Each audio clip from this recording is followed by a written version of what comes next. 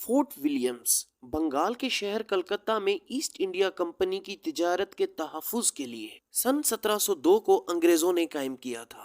سال 1756 ہندوستان میں موجود فرانسیسی فوجی دستوں کے انگریزوں کے ساتھ تصادم کا امکان موجود تھا، اس لیے انگریزوں نے اس قلعے کو مضبوط کیا، اور جب یہ بات اس وقت کے بادشاہ نواب سراج الدولہ تک پہنچی تو انہوں نے قلعے کی مزید تعمیر کو روکنے کا حکم نامہ جاری کر دیا، جس پر فرانسیسیوں نے اس حکم کی تعمیل کی، جبکہ انگریزوں نے نواب سراج الدولہ کا حکم نہ مانا، جس پر نواب سراج الدولہ نے غصے کا اظہار کیا اور 30,000 کی فوج کے ساتھ 16 جون 1757 کو فورٹ ولیم کا محاصرہ کیا۔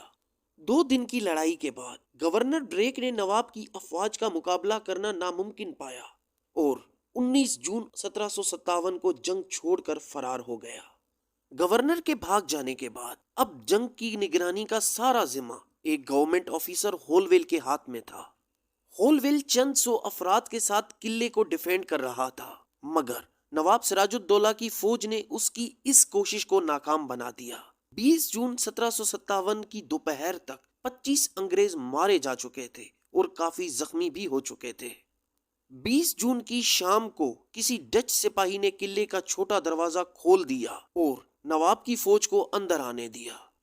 نواب سراج الدولہ کی فوج کے قلعے کے اندر آنے کے ساتھ ہی ہولویل نے ہتھیار ڈال دیے اور لڑائی بند ہو گئی۔ ہتھیار ڈالنے والے انگریزوں کے ساتھ اچھا سلوک کیا گیا۔ نواب سراج الدولہ نے انگریزوں کے چیف ہولویل کو تحفظ کی یقین دہانی بھی کرائی۔ نواب صاحب کی فاتح فوج نے یورپیوں کا قیمتی سامان لوٹ لیا، مگر کسی کے ساتھ برا سلوک نہیں کیا۔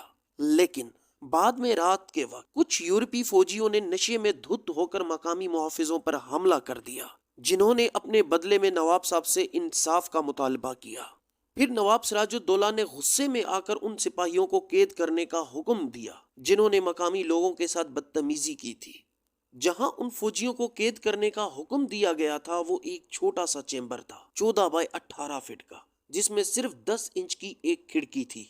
تقریباً 146 سپاہیوں کو اس چھوٹے چیمبر میں قید کیا گیا تھا۔ اگلے روز صبح 6 بجے تک 146 میں سے 123 قیدی گرمی اور دم گھٹنے کی وجہ سے مر چکے تھے اور صرف 23 قیدی کال کوٹلی سے زندہ باہر آئے۔